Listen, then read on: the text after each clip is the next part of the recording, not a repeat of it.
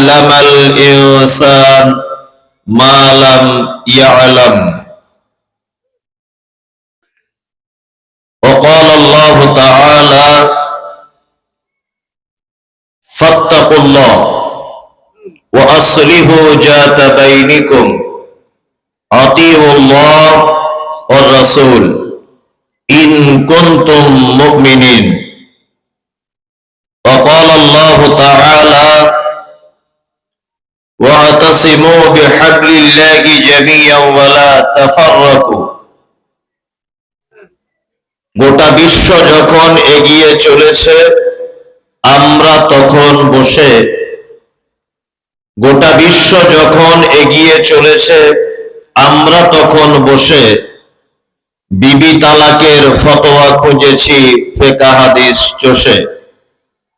হানাফি সাফি মালিকি হাম্বলি তখনও মিটিনি গোল। এমন সময় আজরাইল এসে হাঁক দিল তলপিতল। বাহিরের দিকে যত বেড়ে চলেছে ভিতরের দিকে তত মুসলিম মোরা বেড়ে চলেছি গরু ছাগলের মতো। আজকের জলসার সুযোগ্য নির্বাচিত যোগ্যতম সভাপতি অত্তর প্রতিষ্ঠানের শিক্ষক মণ্ডলী, শ্রোতা হিসাবে যারা এসেছেন চলে গেছেন আসছেন, নারী পুরুষ আবাল বৃদ্ধ বনিতা নির্বিশেষে সকলকে জানাচ্ছি আন্তরিক শুভেচ্ছা, ভালোবাসা, প্রেম, মোবারকবাদ, ধন্যবাদ, সাধুবাদ, স্নেহাশিস যথাক্রমে শ্রেণীগতভাবে। আমি আল্লাহ প্রশংসা আদায় করেছি আরবিতে, তারপরেও আমি একজন পিওর বাঙালি, ওই জন্য বাংলাতে আল্লাহ প্রশংসা আদায় করছি যে মহান রব আমাদেরকে এক মাদ্রাসা কেন্দ্রিক আয়োজিত দ্বীনী সভাতে বসে বিভিন্ন উলামায়ে কেরামদের কাছ থেকে হাদিস এবং কোরআনের আলোকে জ্ঞান গর্ভ আলোচনা শোনার সুযোগ করে দিয়েছেন। তাই সংক্ষিপ্ত আকারে সকলেই বলি আলহামদুলিল্লাহ। অতঃপর বিশ্ব বরেণ্য নেতা, বহিপ্লবিক নেতা, সৈয়দুল মুরসালিন ইমামুল আম্বিয়া জনাবে মুহাম্মদ রাসূলুল্লাহ সাল্লাল্লাহু আলাইহি ওয়াসাল্লামের উপর অজস্র দরুদ শান্তির ধারা বর্ষিত হোক। আল্লাহুম্মা আমিন, আল্লাহুম্মা সাল্লি আলাইহি। আমি পবিত্র গ্রন্থ মুকুট আল কোরআনুল কারীমের সর্বপ্রথম নাজিলকৃত 5টি আয়াত আপনাদের সামনে পরিবেশন করেছি। আরো 2টি আয়াতের অংশ আপনাদেরকে বলেছি। আরো কিছু আয়াত এবং হাদিসকে যুক্ত করে আমি ছোট্ট একটি বিষয়ের উপর আলোচনা করব। সেটি হচ্ছে এই যে বর্তমান মুসলিমদের এ দুরবস্থা কেন, আর এর থেকে বাঁচার উপায় কি। আপনারা দেখতে পাচ্ছেন সোশ্যাল মিডিয়া, পত্র পত্রিকা, বিভিন্ন দিক থেকে আপনারা খেয়াল করছেন যে মুসলিমরা চারিদিক থেকে যেন নির্যাতনের শিকার। এটা আপনারা দেখতে পাচ্ছেন। কখনো দেখতে পাচ্ছেন আমাদের ঐতিহ্যবাহী মসজিদ কেড়ে নেওয়া, কখনো দেখতে পেয়েছেন ওয়াকফ সম্পত্তি কেড়ে নেওয়া, কখনো দেখতে পাচ্ছেন আদিনা মসজিদের ব্যাপারে কেড়ে নেওয়ার চিন্তা ভাবনা করা, কখনো দেখতে পাচ্ছেন আপনারা লালকেল্লা, তাজমহল, তাদের দিকে টার্গেট করা, কেড়ে নেওয়ার চিন্তা ভাবনা, কখনো এসআইআর, কখনো ডিটেনশন ক্যাম্প, এক কথাতে মুসলিমদের উপরে একের পর এক অত্যাচার হয়েই যাচ্ছে। এবং এমন একটা পরিস্থিতি যে বর্তমান মুসলিমরা যেন সমস্ত কিছু থেকে বঞ্চিত হতে যাচ্ছে। আমার বক্তব্যের বিষয়, এর কারণগুলি কি? কি এমন অপরাধ আমাদের, কি এমন দোষ আমরা করেছি? আমরা কয়েকটা দোষের কথা বলবো, যে দোষগুলো আমরা যদি সংশোধন করে নিই তাহলে ইনশাআল্লাহ দেখবেন আগামী দিনে আমাদের ভালো হবে। তারপরে বলবো যে এর থেকে যদি আপনি বাঁচতে চান তাহলে আপনার উপায় কি। এই দুটো পার্টে আমি একটুখানি কথা বলবো। সর্বপ্রথম আপনাদেরকে একটি কথা আমি বলে রাখছি, কথাটা মাথায় রেখে দিয়ে তবে বসবেন। আপনারা জানেন যে সারা ভারতবর্ষকে মুসলিমরা প্রায় ৫১,০০০ বছর শাসন করেছিল। ইতিহাস জানা আছে, শুনেছেন আপনারা। যখন ৫১,০০০ বছর এ দেশ মুসলিমদের অধীনে ছিল, তখন ভারতবর্ষে কত পার্সেন্ট মুসলিম ছিল? ৬%। কত? ৬। মাত্র ৬%, মানে ১০০ জনে ৬ জন মুসলিম বসবাস করত। যখন আমরা দেশ প্রায় ৭৫০ বছর যখন রাজত্ব করেছে দেশে। তারপরে এলো ব্রিটিশ, তারা এদের শাসন করেছে প্রায় ১৮০ থেকে ২০০ বছরের কাছাকাছি। তারপরে এলো ভারত স্বাধীন। ১৯৪৭ সালে ১৫ই আগস্টে দেশ ব্রিটিশদের অত্যাচার থেকে হিন্দু মুসলিম যৌন খ্রিস্টান ইহুদি হাঁড়ি চুয়ার চামার বাগদি ছুতোর মেতর সকলের ঐক্যবদ্ধতায় এবং সকলের প্রচেষ্টায় ব্রিটিশদের হাত থেকে আমরা রক্ষা পেয়েছি ১৯৪৭ সালে। তাহলে আমরা যে ৫১,০০০ বছর দেশ শাসন করেছিলাম, কত পার্সেন্ট মুসলিম ছিলাম? ৬%। এবার আপনাদের কাছে আমার জানতে ইচ্ছা করছে, বর্তমান ২০২৫ সালে একেবারে পরন্ত বিকালে আমরা দাঁড়িয়ে আছি। ডিসেম্বর মানে ২০২৫-এর পরন্ত বিকালে আমরা দাঁড়িয়ে আছি। আচ্ছা বলুন তো, সারা ভারতবর্ষে এই মুহূর্তে মুসলিম কত পার্সেন্ট? ৩০%। তাহলে ৬% যখন আমরা ছিলাম তখন আমাদের দেশ শাসন করার ক্ষমতা ছিল, ভালো করে বুঝতে হবে। আর এইটা বেড়ে গিয়ে কত দাঁড়িয়েছে? ৩০। এখন ৩০% মুসলিম হওয়ার পরেও বাবরি মসজিদে রাম মন্দির হয়ে গেছে। ৩০% মুসলিম হওয়ার পরেও অকালের সম্পত্তিটা চলে গেল। ৩০% মুসলিম হওয়ার পরেও এসআইআর দিয়ে ভয় দেখানো হচ্ছে। ৩০% মুসলিম হওয়ার পরেও মাদ্রাসাগুলো তুলে দিতে হবে পরিকল্পনা করা হচ্ছে। তাহলে বুঝতে হবে যে আমাদের কোথাও ভুল হচ্ছে। এই কারণে সুযোগ তারা পাচ্ছে। বোঝাতে পেরেছি আপনাকে? ৬% সারা দেশ স্বাধীন করেছি, আর ৩০% ফুটবলের মতো লাথি খাচ্ছে চারিদিকে। এর কারণ কি? কারণ কি? কারণ হচ্ছে এই, আপনাদেরকে ছোট্ট একটা কথা আপনাদেরকে আমি বলি, ভিন্ন একটা দেশের। যদি বলছেন হাদিস কোরআন বলবেন না, প্রথমে আমি স্বীকার করে নিচ্ছি আমি হাদিস কোরআন বেশি জানি না, এটা প্রথম স্বীকার করে নিলাম। তারপরে যতটুকু জানি অতটুকু বলবো। আর আমি অনেক তথ্য আজকে আপনাদেরকে দেবো, কারণ অনেক সুন্দর একটা পরিবেশ পেয়েছি এই জন্য। যদি আপনারা বলার মতো সুযোগ দেন, আর যদি আমি বুঝতে পারি যে পরিবেশ গন্ডগোল হয়ে যাচ্ছে, ঠান্ডা লাগছে, তাহলে আমিও পরিবেশ গুটিয়ে দিয়ে চলে যাব। আচ্ছা আপনারা জানেন, আমরা মাত্র একটা কথা শুধুমাত্র বলি, একটা কথা। কি কথা?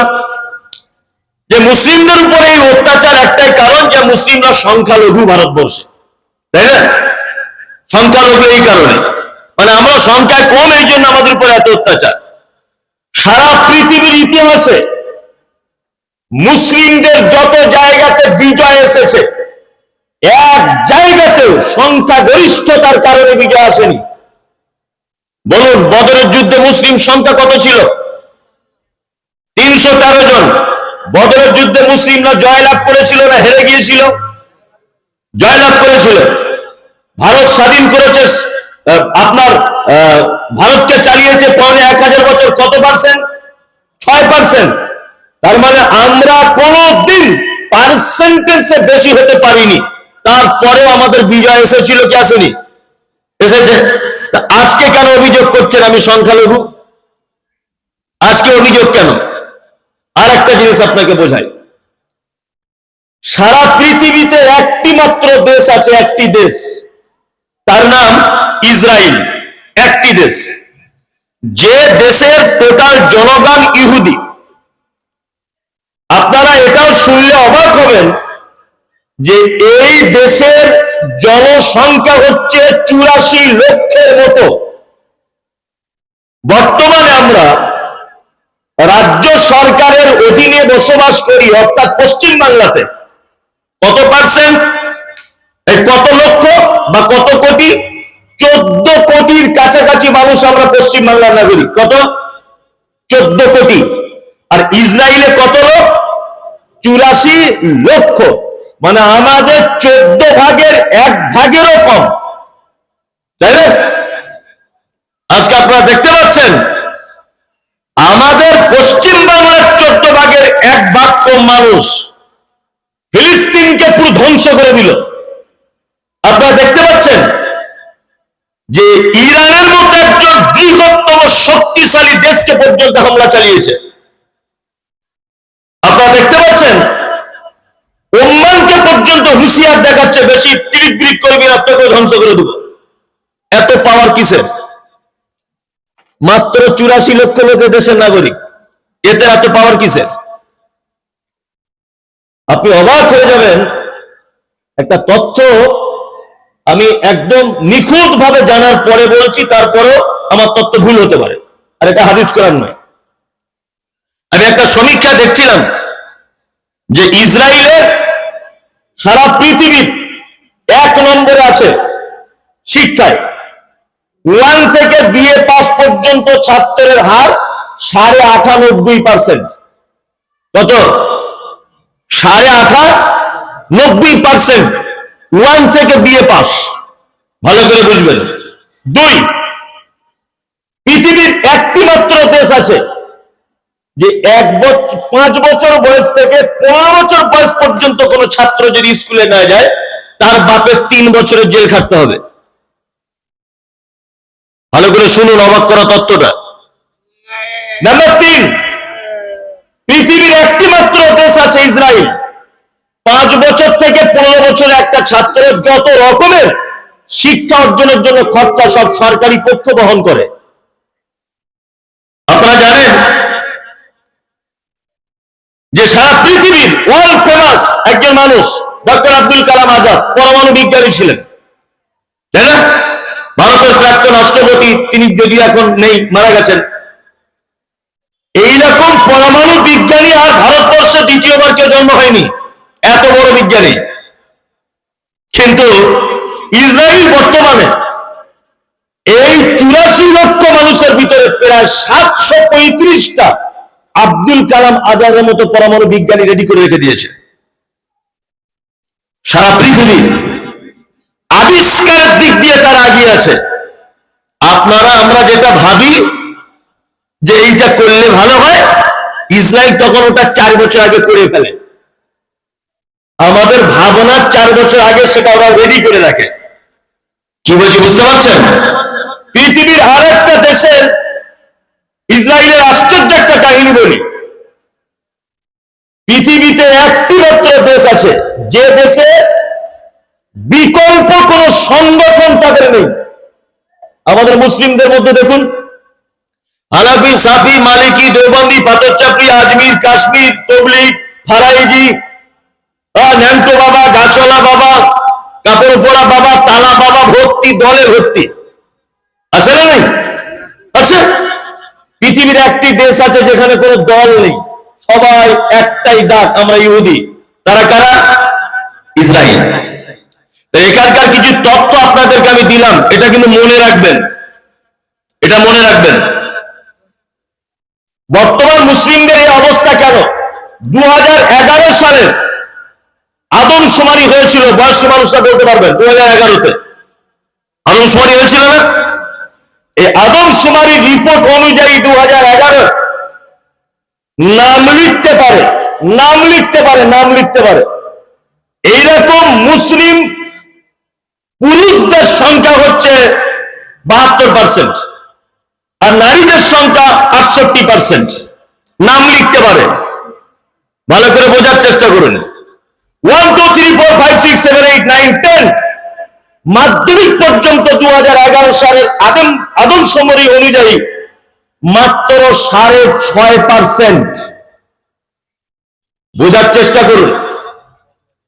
তারপরে এলো বিয়ে, 1 থেকে নিয়ে বিয়ে পাস পর্যন্ত 2011 রিপোর্ট বলছে আমি আদমশুমারি মুসলিমদের সংখ্যার হার ছিল মাত্র 3.5%। ইহুদিরা কত পার্সেন্ট বিয়ে পাস? 98.5। আর আমাদের বিয়ে পাসের সংখ্যা 3.5। 2011 কথা বলছি, আমি এখনকার কথা বলছি না। আমাদের মাধ্যমিক সংখ্যা 6.5 মতো, ভালো করে বুঝবেন। এবার আপনার সঙ্গে আমার যে আলোচনাটা, আমরা কোন জায়গাটা মার খাচ্ছি এইটা আপনাদেরকে এবার তুলে ধরি। আচ্ছা, আপনাদেরকে একটা কথা বলি, ইসলামের ভিত কয়টি বলুন? এতক্ষণ যা বলেছি ওগুলো মনে রাখবেন, আমি পরে গিয়ে ধরবো। ইসলামের ভিত 5টি। প্রথম হচ্ছে কি?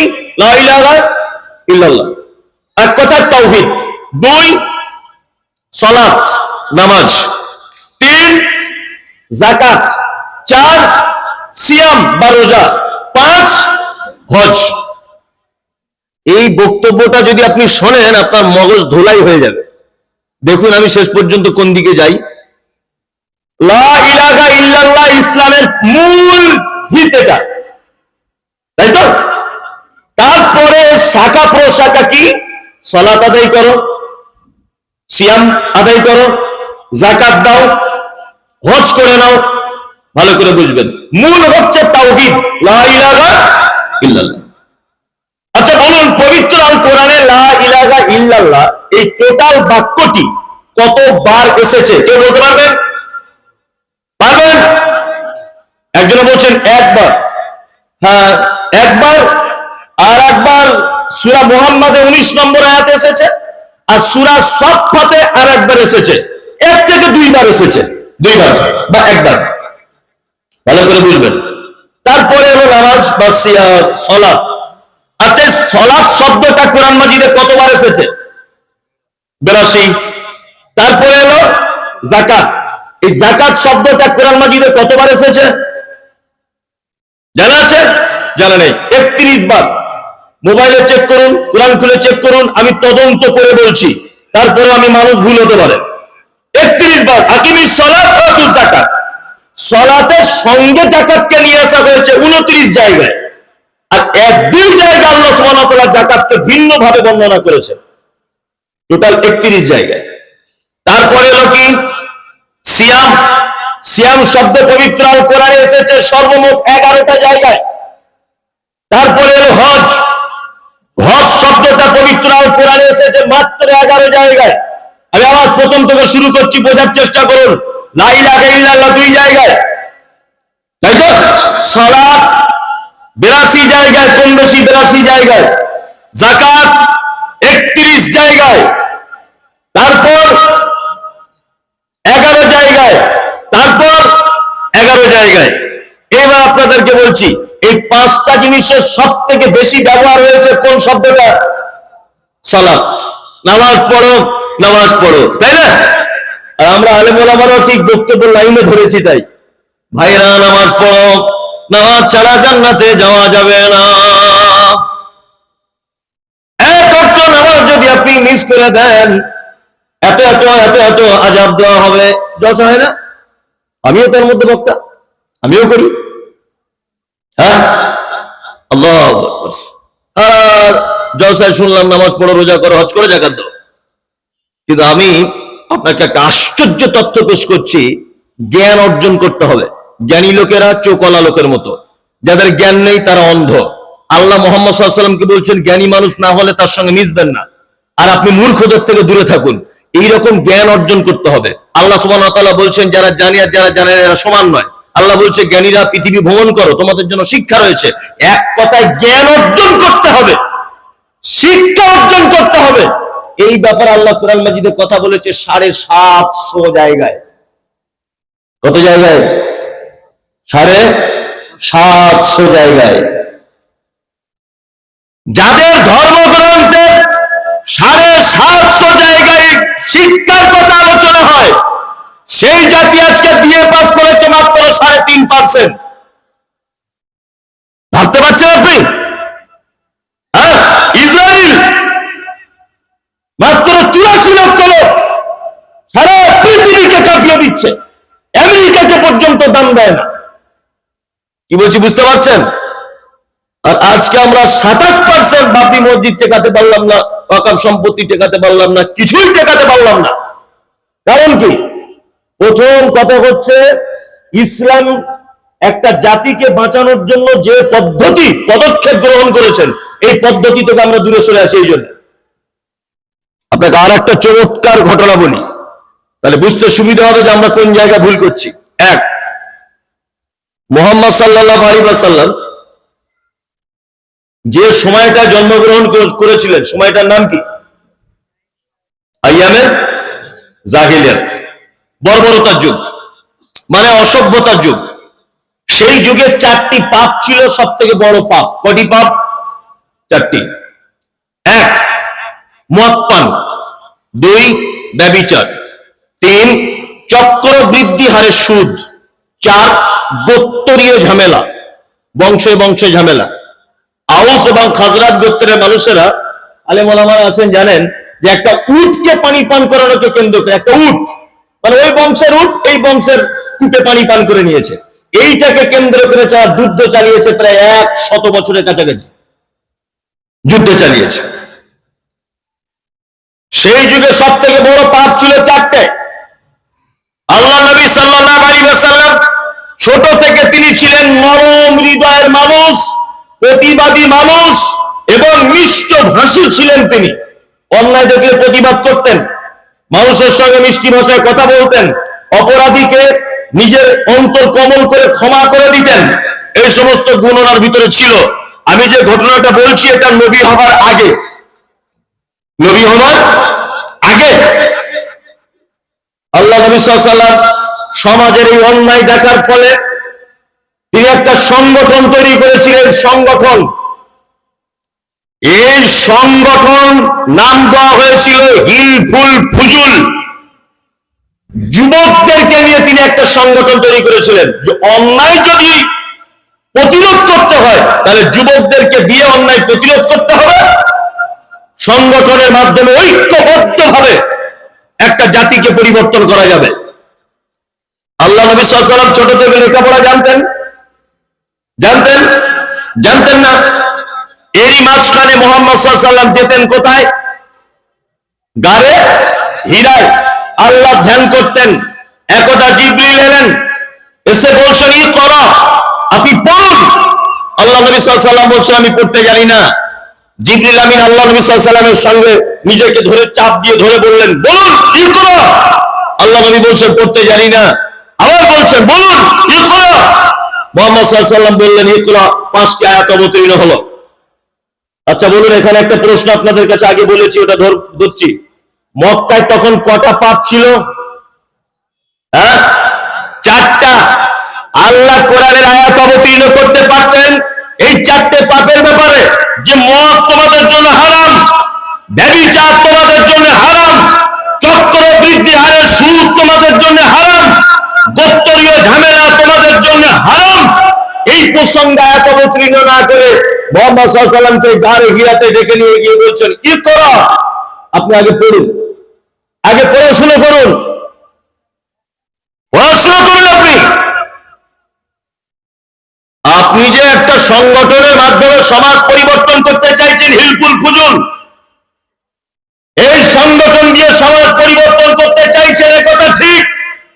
তবে আপনি যে লেখাপড়া জানেন না, আগে আপনি পড়াশুনো করুন, পড়ুন।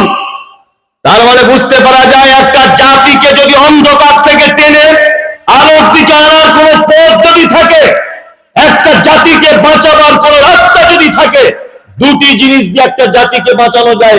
এক, ক্ষমতা হিসেবে যুবক সমাজকে ব্যবহার করতে হবে। দুই, শিক্ষিত যুবক শিক্ষার কারণে সমাজকে পরিবর্তন করা যাবে। আজকে আমাদের সমাজের অবস্থা কেন?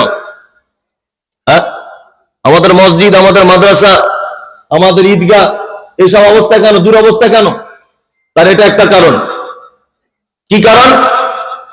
আমি জানি কথাটা শুনলে কেউ রাগ করবেন না, আর রাগ করলেও আমার কিছু করার নেই, আমি কাউকে বিরুদ্ধে বলছি না, বাস্তবটা তুলে ধরছি। সরকারি চাকরি কত বছর হয়ে গেলে চাকরি থেকে বাদ দিয়ে দেওয়া হয়? 60 বছর। তার মানে সরকারি কর্তৃপক্ষ জানে 60 বছর হয়েছে মানে লোকটা চোখে কম দেখবে, তাই না? 60 বছর হয়েছে মানে ও অঙ্কে ভুল করতে পারে, ওর ব্রেন স্লো হয়েছে। এই জন্য উপর মহল চিন্তা ভাবনা করে ওনাকে বসিয়ে দিয়ে বলে, তুমি 75,000 বেতন পেতে, বাড়িতে বসে 35,000 বেতন খাও, তবুও ভালো, স্কুলে এসে ছাত্রছাত্রীদের সর্বনাশ করে দিও না। কারণ তোমার বুদ্ধির লোভ পেয়েছে, তোমার জ্ঞান ধীর গতিতে চলছে, এই জন্য 60 বছর বয়স হলে ওর চাকরি থেকে বসিয়ে দেওয়া হয়, তাই না? আর আমরা মুসলমানরা এত বড় মাথা মোটা যে মসজিদে সেক্রেটারি হচ্ছে, যখন নির্বাচন কেশিয়া সভাপতি হচ্ছে, তখন বলছে আমাদের ফজলি মাস্টারকে করলে হয় না, 84 বছর বয়স। বোঝার চেষ্টা করুন। আমি বলছি 84 বছর বয়সে যে ওকে সেক্রেটারি করলেন, ও মসজিদের কি উন্নতি করবে? ও তো নিজে হাঁটতে পারে না, উনি তো নিজে হাঁটতে পারেন না। সমস্ত জায়গাতে, মাদ্রাসা, মসজিদ, ঈদগাহ, সমস্ত জায়গায় ইয়াং জেনারেশন, যুবকদেরকে দিয়ে কাজ করাতে হবে। আর এরাই সমাজ পরিবর্তন করতে পারবে, এরাই জাতিকে পরিবর্তন করতে পারবে, এরাই জাতিকে নতুন রাস্তা দেখাতে পারে। আর এরা সেই যুবক পরের বাগান থেকে বাঁশ কেটে এনে দক্ষিণ পাড়ার সঙ্গে ঝামেলা করে নিজের পাড়াতে রাত 12টার সময় ক্লাব তৈরি করতে পারে, পরের জমি দখল করে।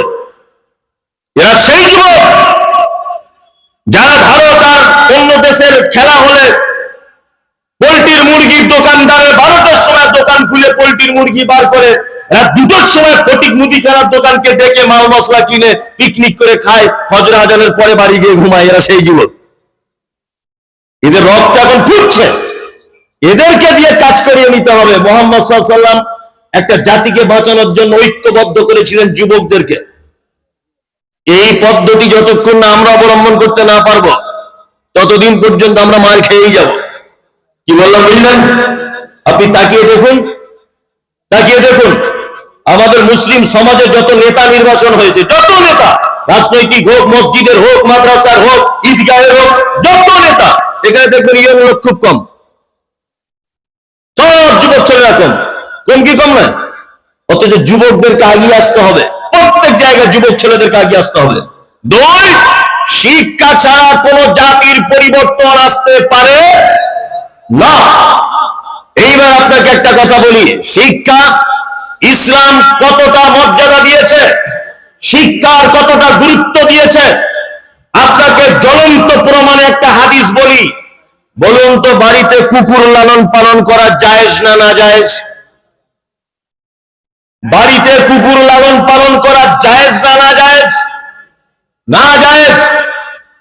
আলেম ওলামারা রয়েছেন, কেউ যদি বাড়িতে ইচ্ছা করে কুকুর যদি লালন পালন করে, প্রত্যেক দিন সকালবেলা তার আমলনামা থেকে 2টো উহুদ পাহাড়ের সমান নেকি মাইনাস করে দেওয়া হবে, কুকুর যদি কেউ পালে বাড়িতে।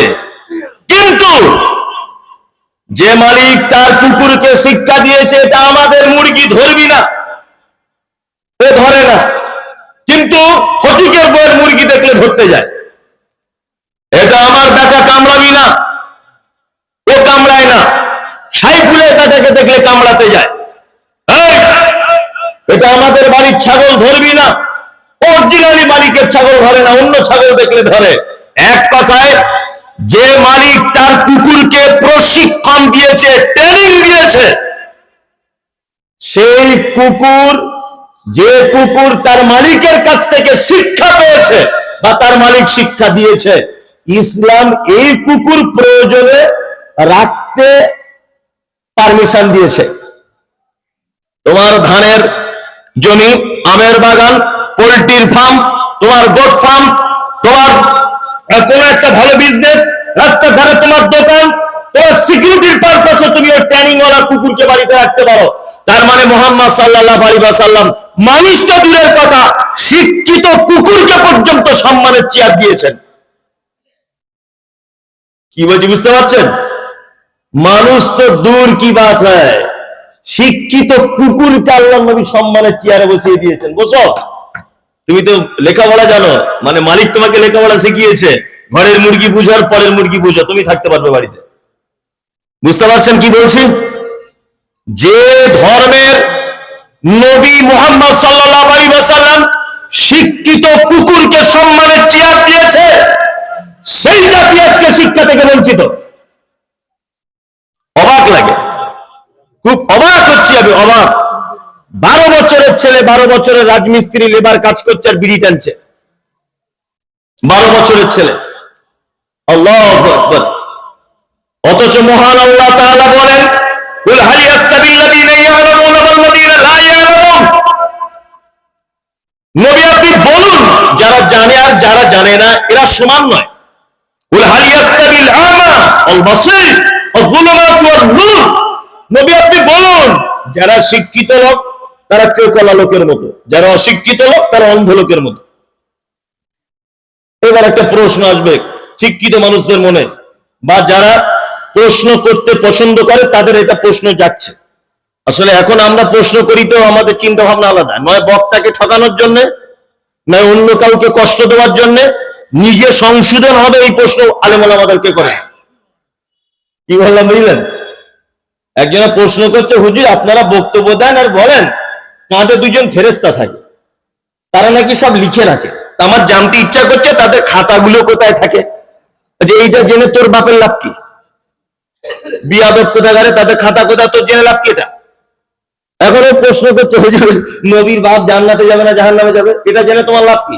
জান্নাতে গেলেই বা তোমার ক্ষতি কি, আর জাহান্নামে গেলেই বা তোমার উপকার কি? আর এটা জেনে তোমার লাভটা কি? এটা জেনে তোমার লাভ কি? শুধু আজে বাজে প্রশ্ন। আমি বক্তব্য রাখছি ছাত্র জীবন থেকে, বক্তা। তা আমাকে কেউ এই পর্যন্ত বললো না যে আপনি ভারী মাদ্রাসা এসছেন। হ্যাঁ হ্যাঁ, 1 ঘন্টা আগে এসছেন তো আলহামদুলিল্লাহ।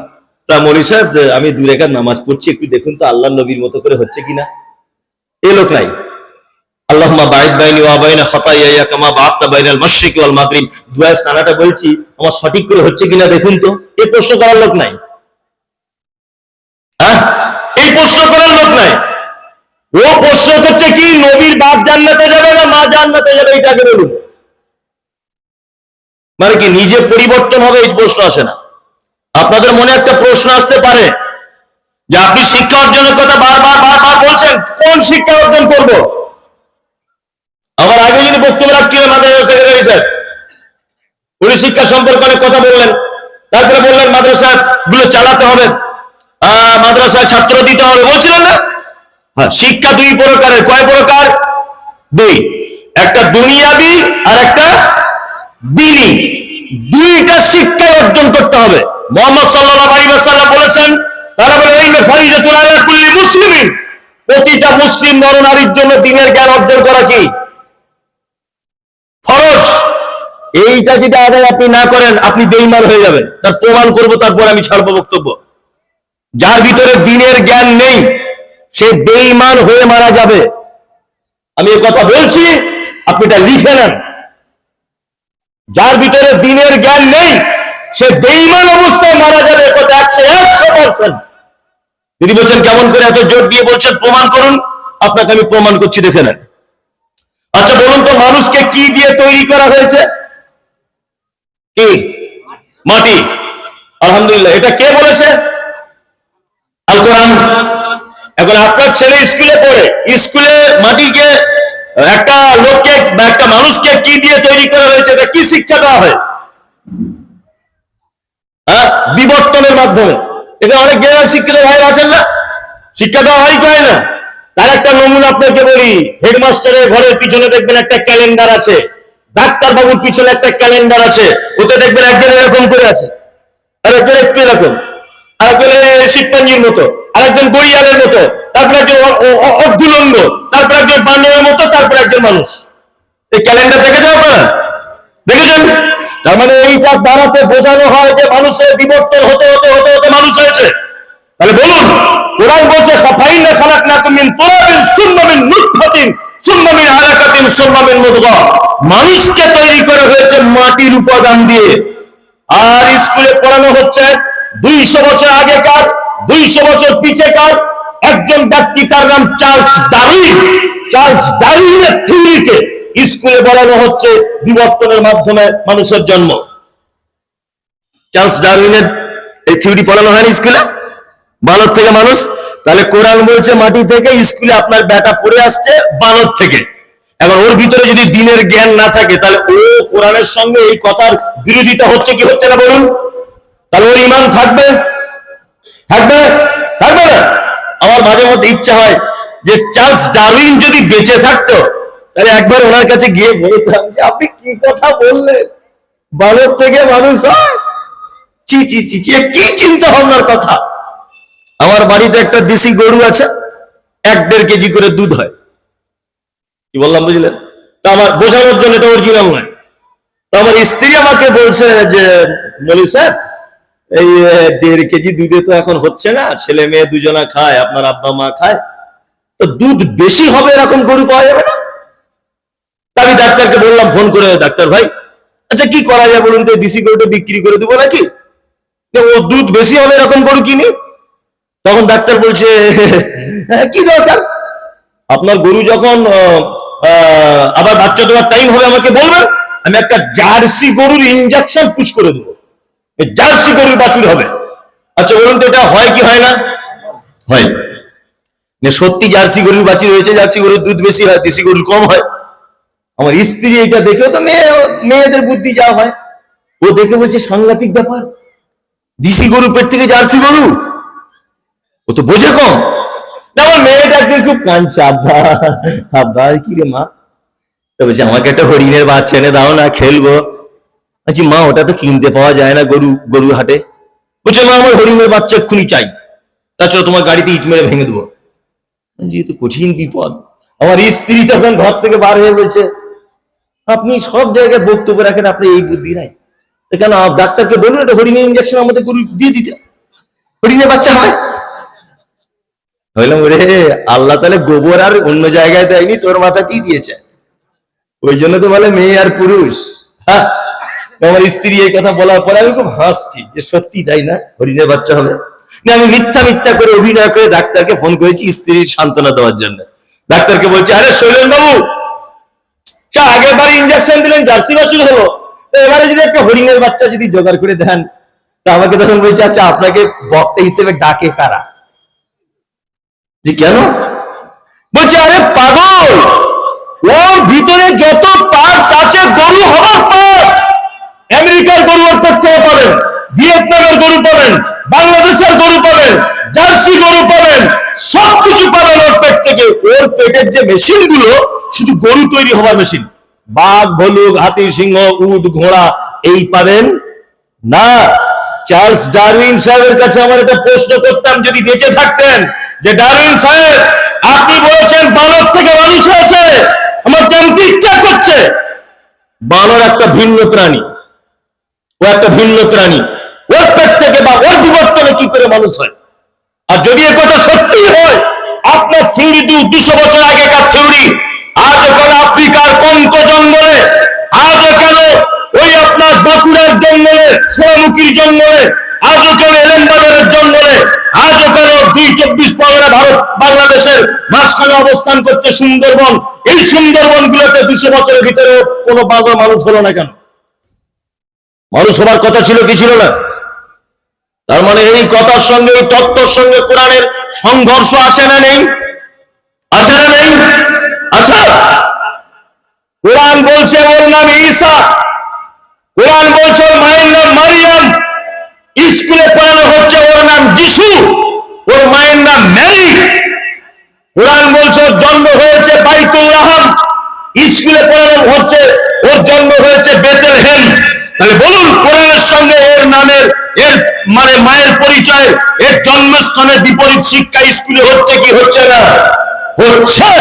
তারপরে আপনার ছেলে যদি শুধুমাত্র মাস্টার হয়, আপনার ছেলে যদি শুধুমাত্র ডাক্তার হয়, আপনার ছেলে যদি শুধুমাত্র ইঞ্জিনিয়ার হয়, মুমতাজুল ইসলাম বলছি, তার যদি দিনের জ্ঞান না থাকে বেঈমান হয়ে মারা যাবে।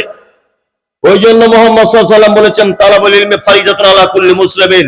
আমি বলিনি আপনার ছেলেকে মাদ্রাসায় পড়ে পাগড়ি বাঁধতে হবে মাথায়, এই কথা আমি বলিনি। আমি বলতে চাইছি দ্বীনের বেসিক জ্ঞানগুলো আপনার ছেলের ভিতরে থাকতে হবে। হারাম কোনটা, হালাল কোনটা, বৈধ কাকে বলে, অবৈধ কাকে বলে, শিরিক কোনটা, কোনটা করলে জাহান্নাম, কোনটা করলে জান্নাত, এই সাধারণ বেসিক জ্ঞানগুলো ইসলামে অর্জন করা ফরজ। আর তারপর আপনার ছেলেকে আপনি মাইকেল মধুসূদন দত্ত করুন, রবীন্দ্রনাথ ঠাকুর করুন, কাজী নজরুল ইসলাম করুন, আপনি অনেক কিছু করুন, আমাদের কোনো সমস্যা নেই। দুটো শিক্ষায় প্রয়োজন আছে, আছে না নেই? যে কোনো একটা ধরে যদি বসে দেখেন তাও বিপদ। যদি মনে করেন না আমি জীবনে স্কুলে পাঠাবো না, এই মাদ্রাসা ভাদুতেই পড়াবো, এবার বুঝলেন ভালো করে বলি, আমার এখন কিডনিতে পাথর, বুঝবেন ভালো করে, কিডনিতে পাথর। কোন মাদ্রাসার হেড মাওলানা একটু অপারেশন করে দেখতে, হাদিস পড়ে পারবে? হ্যাঁ, একটা কোরআনের হাফেজ, তাকে আনা হোক না একটু, আপনি তো ভারত বিখ্যাত হাফেজ, মমতাজুল সাহেবের কিডনিতে পাথর, একটু অপারেশন করে দেন। আচ্ছা বলুন, এটা সম্ভব না অসম্ভব? অসম্ভব। তার মানে পাথর মাইক্রো সার্জারি করে হোক, ওপেন সার্জারি করে হোক, বার করতেই হবে। এর জন্য কোন জ্ঞানের প্রয়োজন? কোন জ্ঞানের প্রয়োজন? তার মানে দুটো জ্ঞানেরই প্রয়োজন আছে। এই জ্ঞান ছাড়া ওই জ্ঞান অচল, ওই জ্ঞান ছাড়া এই জ্ঞান অচল। আমাদের মাথায় গোবর ঢুকিয়ে দিয়েছে। হ্যাঁ বুবু, তোর মেয়ের বয়স কত? বুঝি 15 বছর। বলছে না, আর পড়ানো যাবে না, বিয়ে দিয়ে দে। বোকা বিয়ে দিয়ে দিই। বলছে না, এখন যুগ জামানা খারাপ। বাবা, আমার মেয়ে পর্দায় থাকে, 15 বছর বয়স মানে বিয়ে দিতে হবে। এখানে একটা মজার কথা বলে দিই, এইসব কথা আমার সঙ্গে আরে বলে আমাদের নাও মিলতে পারে, তবে আমি খুব অনেক দূরের দৃষ্টি থেকে তাকিয়ে বলছি। আপনার মেয়ে পর্দার ক্ষতি হবে বলে স্কুলে পাঠালেন না, ওই মেয়েটা আবার প্রেগনেন্ট, পেটে বাচ্চা, ও সিজার হচ্ছে কার কাছে? রাম শাম যদু মধু পরপুরুষ ডাক্তারের কাছে। আপনার মেয়েকে উলঙ্গ করে দিয়ে ডাক্তার বাবু নিজে তার লজ্জাস্থান দেখছে, তার পেট পিঠ দেখছে, আর সিজার করে দিচ্ছে পরপুরুষ ডাক্তার। আমি বলছি, আপনার এই মেয়েটাই যদি ডাক্তার হতো, ক্ষতি কি ছিল? ক্ষতি কি ছিল বলুন? এই ভুল ধারণাগুলো মাথা থেকে বার করুন। আপনার মেয়ে স্কুলে যাবে, বিশাল শিক্ষায় শিক্ষিত হবে, হিসাব মেনটেন করবে, পর্দা নিজেকে রক্ষা করবে, পর্দা করে যত দূর পড়াশোনা করা সম্ভব ততদূর পড়াশোনা করুন। আপনার মেয়ে পর্দার ক্ষতি হবে বলে স্কুলে গেল না, তারপরে যখন পরপুরুষের সামনে তাকে সিজার করা হচ্ছে, তখন পর্দার ক্ষতি হবে না? বলছেন না বলিস, ওটা তো ইমার্জেন্সির ক্ষেত্রে। আমি ওটাও বলছি, তুমি কোন দেশে বসবাস করছো জানো না? তুমি ইমার্জেন্সির ক্ষেত্রেই তুমি হিসাব মেনটেন করে কোন রকম করে কলেজে যাও, বিশ্ববিদ্যালয়ে যাও, তুমি ডাক্তার হও, তুমি ইঞ্জিনিয়ার হও, তুমি ব্যারিস্টার হও, তুমি উকিল হও। আজকে জাতির অধঃপতন এই কারণে যে যে জাতির 750 জায়গায় কোরআনে বলা হলো, যে জাতি ধর্মগুরু মুহাম্মদ সাল্লাল্লাহু আলাইহি ওয়াসাল্লাম কুকুরকে শিক্ষিত, কুকুরকে সম্মানের চেয়ার দিয়েছে, সেই জাতি আজ স্কুলে যায় না। সারা ভারতবর্ষে মুসলিমদের মার খাবার কারণ, এটা প্রধান কারণ, একদম প্রথম কারণ হচ্ছে এটা। লেখাপড়ার ব্যাপারে অগ্রাহ্য, লেখাপড়ার ব্যাপারে দুর্বলতা। ওই জন্য আপনাকে বলছি, গার্জেন পক্ষে শুনুন, আপনার স্ত্রীকে বলবেন একটা ব্লাউজ মিনিমাম 2 বছর পরতে, ছিঁড়ে গেলে আবার সেলাই করতে বলেন, কারণ ব্লাউজ তো কেউ দেখতে যাচ্ছে না, শাড়ির ভিতরে থাকবে। আপনি লুঙ্গি যেটা ছিঁড়ে গেছে 4 বার সেলাই করুন, তারপরে পড়ুন। জুতো ছিঁড়ে গেছে, ওই শামচি স্টেশনে গিয়ে মুচিকে দিয়ে সেলাই করিয়ে নেন, ওটা আবার 2 বছর পড়ুন। কম খান, কম টাকার জামা কাপড় পরুন, বাড়ি কম দামের করুন, টাকা বাঁচিয়ে বাঁচিয়ে ছেলে মেয়েদের পিছনে ইনভেস্ট করুন। তাদেরকে মানুষ করুন। দেখবেন আমরা সেই 6% মানুষ যারা দেশ চালিয়েছি 1000 বছর, ওই ক্ষমতা যদি আমাদেরকে ফেরত আনতে হয়, তাহলে পৃথিবীর কোন সুযোগ নেই ওই ক্ষমতা ফেরত আনার। একটাই মাত্র সুযোগ, আপনাকে উচ্চ শিক্ষায় শিক্ষিত হতে হবে, তবে ওই জায়গা আবার ফেরত আসবে, তার আগে নয়। তার আগে কখনো ফেরত আসবে না। কি বলছি বুঝতে পারছেন না? আজকে সব জায়গাতে আমি অবাক হয়ে যাই, আসলে এই কথাগুলো বলি আর এখন তো সোশ্যাল মিডিয়াতে কথা বলার মতো নাই, মানে আমাকে তো খুঁজছে, সব তো মোবাইলে দেখতে পাচ্ছে চারিদিক থেকে, আর গালাগালি আর মারামারি, আর আমাকে যা গাল দেয় মনে মনে দুঃখ হয় যে আল্লাহ থেকে কি আমার জন্মই দিয়েছে গাল খাওয়ারই লেগে, শুধু লোক গাল দিচ্ছে। আমি কি বলেছি? আমি বলেছি যে জাতি শিক্ষার ব্যাপারে এত কিছু বলা। আচ্ছা মাঝখানে একটা কথা বলি, আচ্ছা বলুন তো, আগে নামাজ পড়া না আগে লেখাপড়া জানা? আগে বলুন। হ্যাঁ, আগে শিক্ষা তারপরে নামাজ। মুহাম্মদ সাল্লাল্লাহু আলাইহি ওয়াসাল্লাম দেখলেন একটা লোক 2 রাকাত নামাজ পড়েছে, আমার দিকে ফিরুন, একটা লোক 2 রাকাত নামাজ পড়েছে। লোকটা এসেছে, আল্লাহ নবী জিজ্ঞেস করছেন তুমি নামাজ পড়েছো? লোকটা বলছে আল্লাহ নবী পড়েছি। আল্লাহ নবী বলছেন না তুমি নামাজ পড়োনি। লোকটা আবার গেল, 2 রাকাত নামাজ পড়লো, আবার এলো, আল্লাহ নবী বলছেন তুমি নামাজ পড়েছো? লোকটা বলছে পড়েছি। আল্লাহ নবী নিজের চোখে দেখার পরে অস্বীকার করছেন আর বলছেন না তুমি নামাজ পড়োনি। কারণ কি বলুন তো? কারণ সাল্লু কামা রাআইতুমুনি উসাল্লি, তোমার নামাজ পড়াটা আমার মতো করে হয়নি। তার মানে নামাজ পড়ার আগে নামাজের পদ্ধতি শিক্ষা এটা জানা লাগবে কি লাগবে না? লাগবে। 5 লাখ টাকা খরচা করে হজ করতে গেলেন, কোথা থেকে ইহরাম করতে হয়, মিকাত কোথায়, তাওয়াফ কভার করতে হয়, সাফা মারওয়া সাই কভার করতে হয়, টোটাল জ্ঞান, এই টোটাল জ্ঞান শিক্ষা অর্জন করে তবে মক্কা যেতে হবে, তার আগে নয়। তার মানে প্রত্যেক ইবাদত করার আগে তার ইবাদত সম্পর্কে জ্ঞান অর্জন করা দরকার আছে না নেই?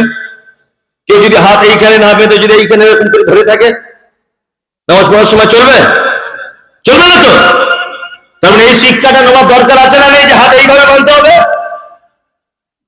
তার মানে বুঝতে পারা যাচ্ছে প্রত্যেক ইবাদতের আগে জ্ঞান অর্জন করতে হবে। 2, যাদের জ্ঞান নেই, যাদের ধর্মীয় জ্ঞান নেই, দুনিয়ার কোনো জ্ঞানই নেই, তাদের একটা ইবাদত গ্রহণ হবে না, কারণ ও তো ইবাদতের পদ্ধতি জানে।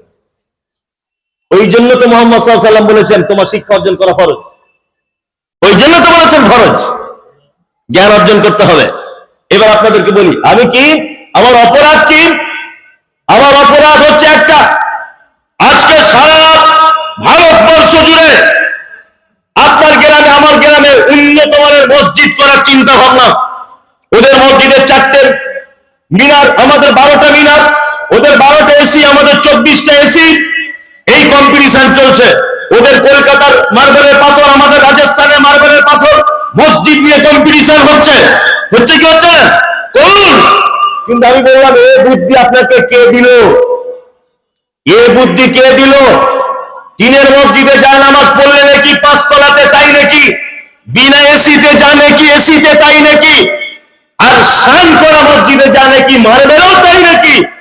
বড় দুঃখ লাগছে, 4 কোটি টাকার মসজিদ করেছে ভাদু গ্রামের মানুষ, বোঝানোর জন্য বলছি, কিন্তু ওই মসজিদের অধীনে ভালো একটা মক্তব নেই যে বাচ্চারা কোরআন শিক্ষা করবে, নেই। ওই বলছে মসজিদের সেক্রেটারি, মসজিদটা বানিয়েছি না মমতাজ সাহেব, গিয়ে একবার দেখবেন, অথচ একটা মুসাল্লি সূরা ফাতিহা জানে না। কি বলছি বুঝতে পারছেন না? একটা মুসাল্লি সূরা ফাতিহা জানে না। দেখবেন মসজিদটা করেছি না, সাংঘাতিক মসজিদ। আর মিনার, আমাদের এই মিনারটা আমরা জাপান থেকে নিয়ে এসেছি প্লেনে করে। তুমি জাপান কেন মাটির তলা থেকে আনো না? তোমাকে যুক্তি কে দিল?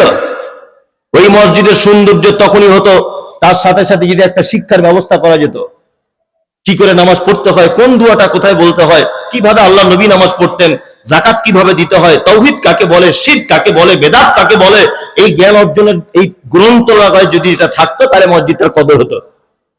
আমরা মুসলমানরা কত বড় বোকা দেখুন, কত বড় বোকা। আচ্ছা আল্লাহ নবী সাল্লাল্লাহু আলাইহি ওয়াসাল্লাম মক্কায় কত বছর ছিলেন বলুন? কত বছর? 13 বছর। কত? 13 বছর। আলেম ওলামারা আছেন, একজন একটা প্রমাণ করুন তো দেখি। আমি চ্যালেঞ্জ করছি না, প্রমাণ করে দিলে আমি মেনে নেব। আল্লাহ নবী সাল্লাল্লাহু আলাইহি ওয়াসাল্লাম 13 বছরে একটা মসজিদ মক্কাতে তৈরি করেছিলেন দেখান, একটা মসজিদ করেছিলেন দেখান। অথচ মুহাম্মদ সাল্লাল্লাহু আলাইহি ওয়াসাল্লাম তায়েফে গিয়েছিলেন। তায়েফে তায়েফে একটা মসজিদ আছে, মসজিদ আব্বাস। ওটা আল্লাহ নবী সাল্লাল্লাহু আলাইহি ওয়াসাল্লাম মদিনায় হিজরত করার পূর্বে পরে তৈরি করা হয়েছে। আমি নিজে সে মসজিদ দেখে এসেছি, তার জীবনী পড়ে এসেছি। 13 বছর আল্লাহ নবী সাল্লাল্লাহু আলাইহি ওয়াসাল্লাম মক্কায় চাইলে হাজার হাজার মসজিদ করতে পারতেন। পারতেন কি পারতেন না? হ্যাঁ, তিনি মসজিদ না করে করেছিলেন কি? মাদ্রাসা। ইসলামের ইতিহাস পড়ুন। আল্লাহ নবী সাল্লাল্লাহু আলাইহি ওয়াসাল্লামের সাহাবীরা গোপনে যখন ইসলাম কবুল করতেন, আল্লাহ নবী সাল্লাল্লাহু আলাইহি ওয়াসাল্লাম একজনের বাড়িতে দ্বীনের শিক্ষা দিতেন। তার নাম হচ্ছে কি? দারুল আরকাম। আরকাম আরকাম বলে সাহাবীর বাড়িতে আল্লাহ নবী গোপনে তাদেরকে দ্বীন শিক্ষা দিতেন। আল্লাহ নবী কি পারতেন না যে তোমরা 10 জন ইসলাম গ্রহণ করেছো, 10 জন কি একটা মসজিদ তৈরি করো? এ কথা বলতে পারতেন না? 13 বছর তিনি অপেক্ষা করেছেন, 13 বছর তিনি মানুষকে শিক্ষা দিয়ে গেছেন দারুল আরকামের বাড়িতে লুকিয়ে লুকিয়ে, গোপনে গোপনে। পৃথিবীর সব থেকে দামি মানুষ, সব থেকে জ্ঞানী মানুষ মুহাম্মদ সাল্লাল্লাহু আলাইহি ওয়াসাল্লাম, তিনি 13 বছর ধরে স্কুল তৈরি করেছেন, মাদ্রাসা তৈরি করেছেন, মানুষের শিক্ষার ব্যবস্থা করেছেন, মসজিদ করেননি। তারপরে যখন মদিনায় চলে এলেন, পরিবেশ অনুকূলে এলো, তখন আল্লাহ নবী সাল্লাল্লাহু আলাইহি ওয়াসাল্লাম একটা মসজিদ তৈরি করেছিলেন। মসজিদের নাম হচ্ছে মসজিদে কুবা। তারপরে মসজিদ নির্মাণ করেছিলেন, তার নাম নববী। আর আমাদের কি শিক্ষার ব্যবস্থা নেই? শুধু এখানে একটা মসজিদ, ওখানে একটা মসজিদ, ওদের এসি, এদের ফ্যান, এই নিয়ে ব্যস্ত। অথচ সেই মুসল্লির একটাও কোরআন জানে না, একটাও সূরা ফাতিহা জানে না ভালো করে। দেখুন, আপনি রাগ করছেন, আমি বুঝতে পারছি, রাগ করলেও কিছু করার নেই। আমি একটা অবাস্তব কথা বললাম, বলুন। এই কথা বলতে গেলেও এখন মানুষ তো বেশিরভাগ সব রাজনৈতিক চশমা পরে আছে, সব মানুষ রাজনৈতিক চশমা পরে আছে। এখন এই কথা বলবো, কাল সকালে বলবো আমাদের বিরুদ্ধে বলে গেল। তোমার বিরুদ্ধে কি বলেছি? তোমার জমির পাশে আমার জমি আছে, তোমার বিরোধিতা করবো আমি? রাজনীতির চশমাটা খুলে ধর্মীয় চশমা পরে দেখো যে মুমতাজুল ইসলাম কি বলেছে কথাটা। ধর্মের চশমা পড়ো, ইসলামের চশমা পড়ো, মুহাম্মদ সাল্লাল্লাহু আলাইহি ওয়াসাল্লামের চশমা পরে দেখো তুমি কার প্রয়োজন কতটা বেশি। আপনি এটা জানেন, মসজিদে নববী শুধু মসজিদে নববী নয়। আলেম ওলামারা ভালো জানবেন, আপনারা ইসলামের হিস্ট্রি না জানলে না জানতে পারেন কি, ওটা বিচার ব্যবস্থার জায়গা ছিল। সমস্ত সমস্যার বিচার হতো নববীতে। আজও পর্যন্ত আমি নিজে চোখে দেখে, প্রত্যেক 2 মাস 1 মাস অন্তর অন্তর মদিনায় যাচ্ছি আমি। আজও পর্যন্ত মদিনা ইউনিভার্সিটির ছাত্ররা, শিক্ষকরা মদিনা নববীতে ক্লাস করে। যারা এখানে হাজী সাহেব আছেন, মাদানী সাহেবরা আছেন, ভালো করে বলতে পারবেন। আসরের নামাজ শেষ, একজন সাহেব বসে যাচ্ছে বড় ডেস্ক নিয়ে, হেলান দেওয়া চেয়ারে, আর 200 জন ছাত্র মদিনা ইউনিভার্সিটি তারা বসে যাচ্ছে। ছোট ছোট মাইক্রোফোন আছে, দার্স চলছে, হাদিস কোরআনের শিক্ষা চলছে। তার মানে ইসলামে সব থেকে বেশি যে ব্যাপার, সেটা হচ্ছে শিক্ষা ছাড়া কোনো গতি কি নেই। তাহলে আমাদের বাঁচার পথ, আমাদের দোষ শিক্ষা নেই। এরকম হাজারো দোষ আছে, একটা একটা করে দোষ বললে তো এখন অনেক খুন বলা লাগবে। আর একটা দোষের কথা বলবো নিজেদের, বলি। এই দেখুন, আল্লাহ তাআলা বলছেন 4টে জিনিস যদি করো তাহলে পরিত্রাণ পাবে সব জায়গায়। কটা জিনিস? 4টা। এই আয়াতটা অবতীর্ণ হয়েছে বদর যুদ্ধের সময় এবং সেই যুদ্ধকে কেন্দ্র করে। কিন্তু মুফাসসিরিনগণ বলছেন যে এই আয়াতটা উহুদ যুদ্ধের সংকেত বহন করে, উহুদ যুদ্ধের সংকেত বহন করে। এক, আল্লাহ তাআলা বলছেন ফাত্তাকুল্লাহ, তোমরা যা কিছু করবে আল্লাহর উপরে ভরসা করবে, আল্লাহকে ভয় করবে। ওয়া আসলিহু যাতা বাইনিকুম, বাঁচতে যদি চাও, তোমাদের জীবনে বিজয় যদি আনতে চাও, তাহলে তোমরা আপসে ঝগড়া মারামারি করবে না। আতিউল্লাহ, আল্লাহর আনুগত্য করবে, আর রাসূল, রাসূলের আনুগত্য করবে। ইন কুনতুম মুমিনিন, যদি তোমরা মুমিন হও। আল্লাহ সুবহানাহু ওয়া তাআলা বাঁচার পথ বলেছেন 4টা কাজ। এক নম্বর হচ্ছে ভয় করতে হবে কাকে? ভরসা করতে হবে কাকে? আল্লাহকে। 2, ওয়াসলিহু যাতা বাইনিকুম, আপসের মধ্যে মিটিয়ে নিতে হবে ঝগড়া ঝামেলা হলে। কি বললাম বুঝলেন? কখনো ইসলাম প্রতিশোধ গ্রহণ করে না। ইসলাম কখনো প্রতিশোধ গ্রহণে বিশ্বাসী নয়। কোন মানুষ যদি অপরাধ করে তাকে কি করতে হবে? ক্ষমা করে দিতে হবে। আজকে মোবাইলে দেখতে গেলাম একটা জিনিস, দেখে আমার চোখে পানি চলে এলো, দেখে চোখে পানি চলে এলো, যে বাংলাদেশের দীপু বলে একটা ছেলে, হ্যাঁ, ছেলেটা হিন্দু ধর্মের মনে হয়, তো ও কোনো একটা বিষয়ে আল্লাহ নবী সাল্লাল্লাহু আলাইহি ওয়াসাল্লামের ব্যাপারে কোনো কথা বলেছে, কোন একটা কথা বলেছে, যাই হোক, তা সেই ছেলেটাকে দেখছি মেরে ল্যাম্প পোস্টে টাঙিয়ে উলঙ্গ করে তলাতে আগুন জ্বালিয়ে তাকে পুড়িয়ে দেওয়া হয়েছে। আস্তাগফিরুল্লাহ, এত নির্মম ভাবে অত্যাচার একটা মানুষ কিরকম করে! এই ঘটনার জন্য সোশ্যাল মিডিয়াতে ইসলামের কলঙ্ক হচ্ছে, ইসলাম সম্পর্কে মানুষ ভুল ধারণা করছে, অথচ ইসলাম এটা নয়। মুহাম্মদ সাল্লাল্লাহু আলাইহি ওয়াসাল্লাম, যিনি আমাদের নবী, তায়েফের মাঠে রক্তাক্ত অবস্থাতে বেঈমানদের হাতে যখন মার খেয়েছিলেন, পাহাড়ে বিযুক্ত থাকা ফেরেশতারা আল্লাহ নবীকে বলেছিলেন, আল্লাহর নবী, আপনি একবার যদি অর্ডার দেন, দুই দিকের দুটো পাহাড়কে এক জায়গায় চেপে এদেরকে শেষ করে দিব। আল্লাহ নবী সাল্লাল্লাহু আলাইহি ওয়াসাল্লাম শেষ করার কথা বলেছিলেন না তাদেরকে ক্ষমা করে দিয়েছিলেন? ক্ষমা করে দিয়েছিলেন। একজন ইহুদি মসজিদে এসে ছটছট করে পেচ্ছাপ করে দিচ্ছে, আল্লাহ নবী সাল্লাল্লাহু আলাইহি ওয়াসাল্লাম তাকে আঘাত করেছিলেন না ক্ষমা করে দিয়েছিলেন? ক্ষমা করে দিয়েছিলেন, এবং পরবর্তীতে সে ইসলাম গ্রহণ করেছে। শুধু কোরআন এবং হাদিসের দাওয়াতের মাধ্যমে ইসলাম এসেছে তা নয়, মুহাম্মদ সাল্লাল্লাহু আলাইহি ওয়াসাল্লামের ব্যবহার, তার আখলাক, তার চরিত্র, তার নম্রতা, তার মিষ্টি ভাষী, তার হৃদয় কোমল, এই সমস্ত দিকের দিকেও তাকিয়ে মানুষ ইসলামের দিকে এসেছে। এসেছে কি আসেনি? এসেছে। এই অত্যাচার কেন? যারা এই কাজ করেছে বাংলাদেশের মাটিতে ধিক্কার দেন এই অপরাধীদেরকে, এবং এদের কঠিনতম সাজা দেওয়া উচিত।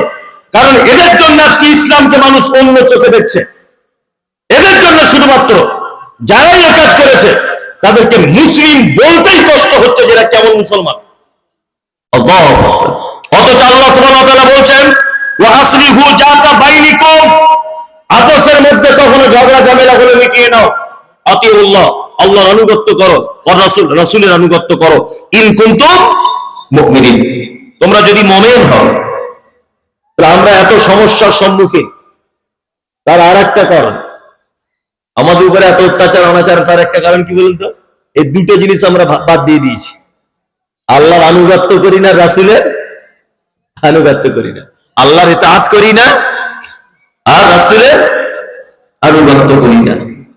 এই দুটো জিনিসের কারণে আজকে সারা পৃথিবী বুঝতে পেরেছে যে এ মুসলমান সে মুসলমান নেই। এখনকার মুসলমানের চরিত্র কেমন? ভোটের আগের দিন যদি বিজেপি ওকে 2000 টাকা দেয়, ভোট মেরে দিবে, সেই মুসলমান। উপর মহলে বুঝতে পেরেছে এরা বদরের মাঠে যে মুসলমান ছিল সে মুসলমান নয় এরা।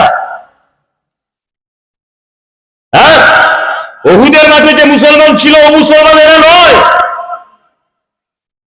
আজকে বুঝতে পেরেছি উপর মহল পর্যন্ত, যারা 6% সারা দেশ শাসন করেছে সে মুসলমান এরা নয়।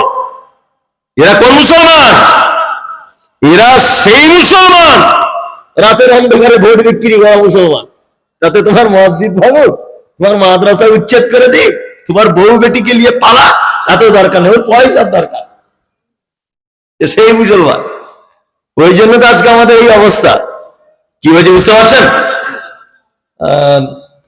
কটা পর্যন্ত চলবে মোটামুটি? ধৈর্য।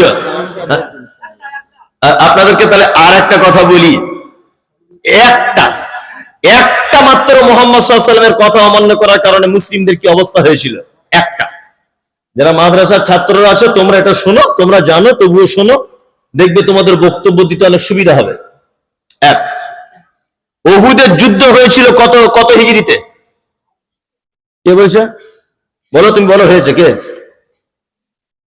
তিন হিজরিতে। 3 হিজরিতে উহুদের যুদ্ধ হয়েছিল।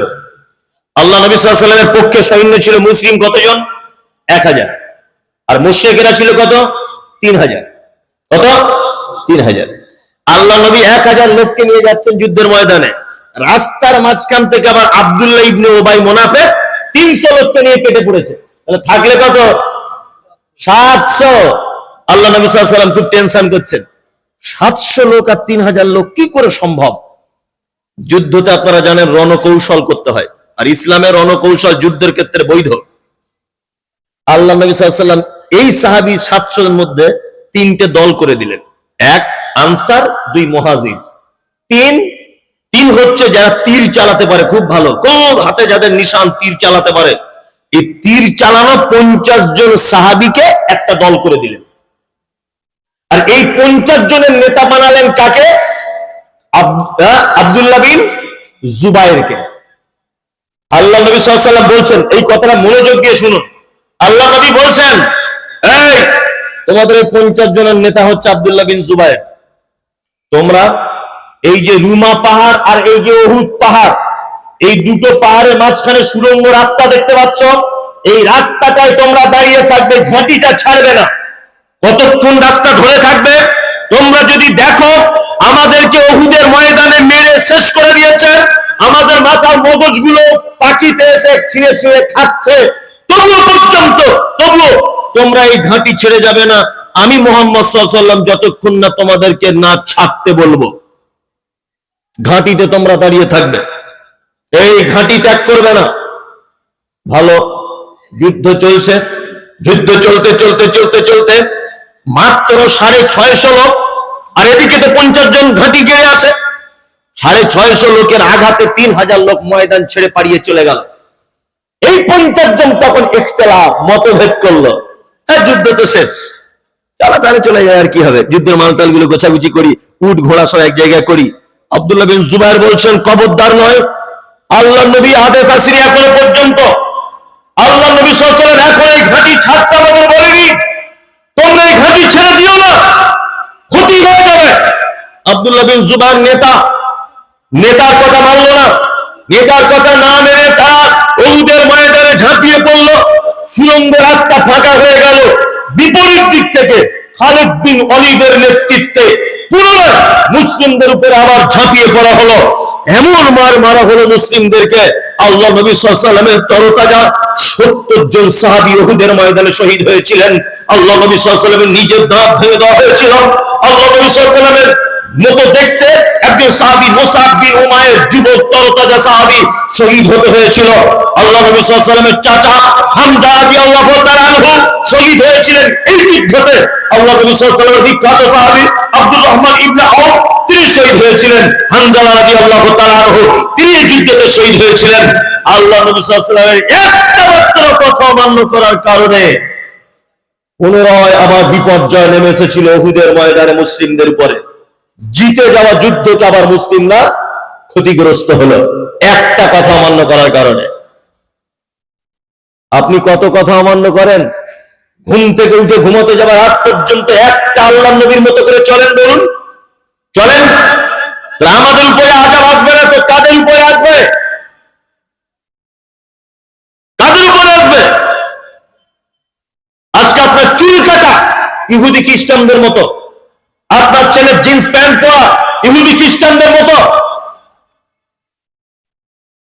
আজকে আপনার রুজি রুটি ইনকামের রাস্তা ইহুদি খ্রিস্টানদের মতো। মসজিদে সালাত হচ্ছে, আপনি যাচ্ছেন না, আযান হচ্ছে, 10 পয়সা দাম দিচ্ছেন না। এই জাতির উপরে আসবে বিপদ, কত কার উপরে আসবে? আল্লাহ সুবহানাহু ওয়া তাআলা বলেছেন, আল্লাহ সুবহানাহু ওয়া তাআলা বলেছেন, কি বলেছেন? আহাব্বা ইলাইকুম মিনাল্লাহি ওয়া রাসূলিহি, তোমরা আমাকে ভালোবাসবে, আমার রাসূলকে ভালোবাসবে, ওয়া জিহাদিন ফি সাবিলিহি, আমার রাস্তায় জিহাদ করাটা কখনো প্রয়োজন হলে তোমরা ঝাঁপিয়ে পড়বে। এই তিনটে কাজ যদি তোমরা না করো, ফাতারাব্বাসু, তোমরা অপেক্ষা করো, হাত্তা ইয়াতি আল্লাহু বিআমরিহি, আমার আযাব, আমার হুকুম আসা পর্যন্ত। মুসলিমদের উপরে বর্তমানে যত রকমের বিপর্যয় সব আল্লাহর পক্ষ থেকে হচ্ছে। শিক্ষা নেন, শিক্ষা নেন, শিক্ষা নেন। আল্লাহর পক্ষ থেকে আযাব আপনার উপর আসছে। আপনি এখন আসছে মুসলিম নেই, আপনি নিজেকে থার্মোমিটার দিয়ে একবার চেক করে দেখুন, আপনি বলুন আমি মুসলিম, বলুন। শুধু নামটা আপনার আছে আব্দুস সামাদ, বাকি কাজগুলো আপনি আমি সবাই মিলে আত্মসমীক্ষা করি, সবাই মিলে একবার পরীক্ষা করি যে আমি কি সত্যি মুসলিম। আল্লাহু আকবার, আমি কি সত্যি মুসলিম? আত্মসমীক্ষা করুন। আমাদের অধঃপতনের কারণ এগুলো কি? মুহাম্মদ সাল্লাল্লাহু আলাইহি ওয়াসাল্লামের আনিত দিন অনুযায়ী আমরা চলতে পারছি কি না? কেউ চলতে পারছি না। তবে একটা কথা মাঝখানে বলে দিই, তবে ভয় করবেন না, ভয় করবেন না। আমাদের উপরে যতই আজাব গজব আল্লাহর পক্ষ থেকে আসুক আর বান্দাদের পক্ষ থেকে আসুক, টেনশন করবেন না। লা তাহজান ইন্নাল্লাহা মা'ানা, কোনো ভয় নেই। আমাদের সাথে আছেন কে? কে? আল্লাহ। আমাদের ব্যাপারে চক্রান্ত করে পৃথিবীর কেউ কোনোদিন টিকতে পারেনি, কেউ টিকতে পারেনি। ফেরাউন টিকতে পেরেছিল? নমরুদ, বাংলাদেশের হাসিনা পেরেছে? পারেনি। নরেন্দ্র মোদী একটু দেরি হবে, একটু দেরি হবে। ও খুব তাড়াতাড়ি গুটিয়ে এসেছে, বুঝলেন না? গুটিয়ে এসেছে খুব তাড়াতাড়ি, খুব তাড়াতাড়ি। ধৈর্য ধরুন। মানে ভারতবর্ষের 1947 সাল থেকে নরেন্দ্র মোদী পর্যন্ত 14 নম্বরের প্রধানমন্ত্রী, 14 নম্বরের সিরিয়ালে। এই 14 নম্বর প্রধানমন্ত্রী পর্যন্ত সব থেকে কম লেখাপড়া জানে, কম অভিজ্ঞতা সম্পূর্ণ, সেটা হচ্ছে নরেন্দ্র মোদী। কি বললাম বুঝলেন না? এবার আপনার একটা কথা বলি। অন্যান্য প্রধানমন্ত্রী লেখাপড়া সার্টিফিকেট ছিল কিন্তু হয়তো তীক্ষ্ণ ব্রেন ছিল না, কিন্তু এর ব্রেন হচ্ছে সাংঘাতিক ব্রেন। এর যে কি ব্রেন! কিছু অশিক্ষিত লোক আছে দেখবেন তাদের এমন বুদ্ধি, আমি মোবাইল সত্যি কথা বলতে আমি বুঝি না, শুধু এই ফেসবুক টেসবুক একটু দেখতে জানি, স্বাভাবিক যেগুলো পারে। কিন্তু আমার পাশের বাড়ি একটা ছেলে আছে, একদম লেখাপড়া জানে না, যদি মোবাইলে কি লক হয়ে যায় কি হয়ে যায় ও সব ঠিক করে দেবে, অথচ আমি পড়তে পারছি না, সে বুঝতে পারছি না। ভালো করে বুঝলেন? কিছু মূর্খ লোক আছে তাদের তীক্ষ্ণ বুদ্ধি হয়। আজকে নরেন্দ্র মোদী সরকার একটা জিনিস বুঝতে পেরেছে, এটা আপনারা বুঝতে পারেননি, আমি যতটা বুঝেছি ওটা আপনাদেরকে বোঝাই, তারপরে হয়তো আপনার মাথায় ঢুকবে। দেখবেন সব কাজে হিন্দু মুসলিম হিন্দু মুসলিম, কারণ কি বলুন তো? আপনারা বুঝবেন না। হিন্দু মুসলিম হওয়ার কারণ হচ্ছে একটা, সেটা কি? 180 বছরের ক্ষমতা ব্রিটিশদের ভারতবর্ষে স্টিম রুলার চালিয়েছিল তারা। সেই 180 বছরের ক্ষমতা কিন্তু বাদল, বিনয়, প্রফুল্ল, ক্ষুদিরাম এরা যেমন ছিল আন্দোলনে ভারত স্বাধীনতায়, ঠিক তেমন মাওলানা আশফাকুল্লাহ খান, নিসার আলী, ইসমাইল অমৃতসরী, এই সমস্ত মুসলিমরাও ছিল। ওই জন্য এক কথায় হিন্দু মুসলিম যৌথ আন্দোলনের ফলে কিন্তু ভারতের স্বাধীনতা এসছে, তাই না? নরেন্দ্র মোদী জানে আমি দেশের যে সর্বনাশ করেছি, হিন্দু মুসলমান যদি এদের বন্ধু রাখা যায় তাহলে এরা দুইজন এক হয়ে ব্রিটিশদের মতো আন্দোলন করবে আমাদের বিপক্ষে, আমার পালাতে তাহলে আর রাস্তা পাওয়া যাবে না। ওই জন্য সর্বক্ষণ হিন্দু মুসলিমকে আলাদা করে রেখে দিয়েছে। কখনো মন্দির তৈরি করছে, আবার কখনো মসজিদ ভেঙে দিচ্ছে। তার মানে হিন্দু মুসলিম যেন মিল না হয়, মিল হলেই তো বিপদ। কি বুঝতে পারছেন? মিল হলেই তো বিপদ। এটা একটা মারাত্মক বড় চালাকি, মারাত্মক। আর একটা কথা আপনাদেরকে বলি, সব থেকে বড় চক্রান্তকারী কে? কে? আল্লাহ। কে? আল্লাহ। আপনি যদি চক্রান্ত করেন, সমস্ত চক্রান্ত ফাঁস করে দিবে কে? আল্লাহ। আপনারা জানেন যে দক্ষিণ 24 পরগনায় কিছুদিন আগে মানে মা কালী গর্দান কেটে দেওয়া হয়েছিল, যে শুভেন্দু অধিকারী এটা নিয়ে একেবারে তোলপাড়, এমন তোলপাড়, এই মাদ্রাসার জেহাদিরা করেছে, মৌলভী সাহেবরা করেছে, দাড়িওয়ালারা করেছে, মুসলমানরা করেছে। আল্লাহর কি কল প্রমাণ হয়ে গেল, নারায়ণ হালদার বলে একটা হিন্দু আরএসএস এর ছেলে করেছে। ভালো করে বুঝবেন। বনগাঁ স্টেশনে একটা ছেলে দাড়ি টুপিওয়ালা পাকিস্তানের পতাকা বাঁধছিল, এইটা ধরা পড়ে গেল। শুভেন্দু অধিকারী তো একদম পুরো যেমন আর কি ভাষা ওর, মুসলমানরা করেছে, পাকিস্তানের পতাকা বাঁধছে এখানে। লাস্টে ধরা পড়ে গেল নকল দাড়ি, নকল পাঞ্জাবি, আরএসএস এর, জাতিতে হিন্দু। ভালো করে বুঝবেন। কিছুদিন আগে আইলাম মোহাম্মদ নিয়ে খুব বাড়াবাড়ি করছিল, কজনকে অ্যারেস্ট করা হলো। আর আমাদের মুসলমানরা তো আবেগে চলে, আবেগ না, আবেগ। মানে আমি একটা জিনিস অবাক হয়ে যাচ্ছি, এত আবেগ বেশি আমাদের মুসলিমদের যে ভালো মন্দ বোঝার ক্ষমতা হারিয়ে ফেলেছে, যে কোনটা ভালো আর কোনটা মন্দ এটা বোঝে না, আবেগে ভাসছে। আল্লাহ, আবেগ বেশি আমাদের। তা কথা হচ্ছে এবারে আই লাভ মোহাম্মদটা লেখা হলো, যখন অ্যারেস্ট করা হলো, মুসলমানরা তখন বলছে ওরে বাবা আই লাভ মোহাম্মদ লিখেছে বলে অ্যারেস্ট করা হবে। এরা খেপে গিয়ে রাস্তায় সব ফেস্টুন টাঙিয়ে দিল আই লাভ মোহাম্মদ। আপনাদের এখানে টাঙিয়েছিল ব্যানার, ব্যানার অনেক জায়গায় টাঙিয়েছে, রাস্তাঘাটে দেখতে পাচ্ছেন না, আই লাভ মোহাম্মদের ব্যানার টাঙিয়ে দিল। ব্যানারটা ঝড় বৃষ্টিতে পড়ে গেল নিচে, ওর উপর দিয়ে কুকুর হেঁটে চলে গেল। আচ্ছা বলুন তো এবারে নবীর সম্মান বাড়লো না কমলো? এই যারা এই কাজ করেছে, আই লাভ মোহাম্মদ মোবাইলে পোস্ট করেছে, এদের পাছার চামড়া তুলে দিতে হবে। তুমি আই লাভ মোহাম্মদ লিখে মোবাইলে পোস্ট করতে গেলে কেন? একটা অন্য ধর্মের মানুষ তো তোমার নবীকে গাল দিতে পারে। কি দরকার তোমাকে এত চুলকানি করার? কি দরকার? কি দরকার তোমাকে ফেস্টুন লাগানো মোহাম্মদের? ওই ফেস্টুনটা কাল ছিঁড়ে গেলে ওই ফেস্টুন বলতে কুকুরে হেঁটে যাবে, তো নবীর সম্মান বাড়লো না কমলো? কমলো? আমি